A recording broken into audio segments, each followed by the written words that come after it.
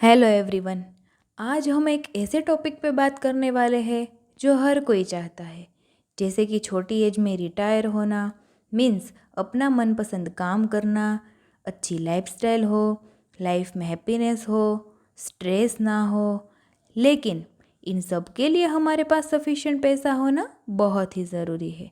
अगर पैसे को मैनेज करना सीख लिया तो इनमें से काफ़ी सारी चीज़ तो ऑटोमेटिक ही हो जाएगी। एक रिपोर्ट के मुताबिक इंडिया में 76% एडल्ट पॉपुलेशन ऐसी है जिसको बेसिक फाइनेंशियल कंसेप्ट ही पता नहीं है। तो इस वीडियो में हम यही जानने वाले हैं कि अपनी इनकम को कैसे मैनेज करके हम अपनी अर्ली एज में ही ये सभी चीज़ें हासिल कर सके। आई एम राधिका, मेरी यूट्यूब चैनल में आपका स्वागत है। चैट जीपीटी जो एक एआई टूल है, उसके मुताबिक इंडिया में एवरेज सैलरी 5 से 6 lakh rupees per year means around 40 से 50,000 पर मंथ है। और ये हर साल एवरेज 8 से 10% बढ़ती है, और वो भी आपके काम करने की इफ़िशियंसी पे डिपेंड करती है। मीन्स एज बढ़ने के साथ इंक्रीमेंट कम होता जाता है। 15 से 20 साल तक हम हाई इफ़िशियंसी के साथ काम कर सकते हैं। तो इसी टाइम पीरियड में हमें अपनी इनकम को ऐसे मैनेज करना है कि शायद इसके बाद हम अपना मनपसंद काम कर सके और इनकम की कोई टेंशन ना हो। तो इसी के लिए अभी से हमें हमारी इनकम का बजटिंग शुरू करना बहुत ही ज़रूरी है। मान लीजिए आपकी इनकम 40,000 पर मंथ है। इसको हम 4 हिस्सों में डिवाइड करेंगे। नीड्स मीन्स ज़रूरियातें, वांट्स मीन्स इच्छाएं, इन्वेस्टमेंट एंड हेल्थ। पहला नीड्स मीन्स ज़रूरियातें, जो आपको खर्च करना ही पड़ेगा ज़िंदा रहने के लिए, जैसे कि आपका रेंट, बिजली या पानी का खर्चा, खाने का खर्चा, कपड़े एक्सेट्रा। दूसरा वांट्स मीन्स इच्छाएं, ये सारी चीज़ें जो आप ज़िंदगी में चाहते हैं बट उसके बिना ज़िंदा रहा जा सकता है। लेकिन क्या फ़ायदा उस ज़िंदगी का जहाँ इतना सारा इन्वेस्टमेंट कर लिया और करोड़पति भी बन गए, लेकिन खर्च करने का टाइम ही नहीं मिला।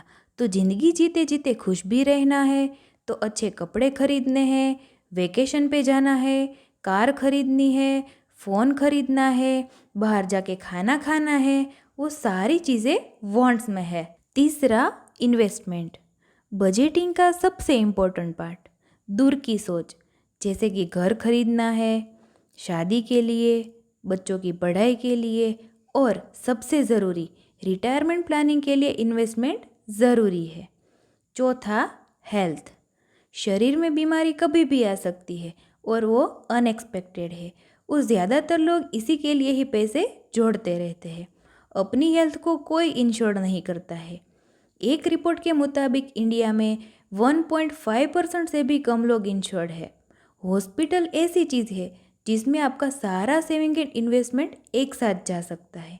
हम सब कोविड-19 पेंडेमिक के बारे में जानते ही हैं। तो आपकी फैमिली का हेल्थ इंश्योरेंस होना बहुत ही ज़रूरी है। इन चारों को हम 50, 20, 20 एंड 10% के रेशियो में बांटेंगे। तो 40,000 में से 20,000 ज़रूरतों के लिए, 8,000 इच्छाओं के लिए, 8,000 इन्वेस्टमेंट और 4,000 अपनी हेल्थ के लिए।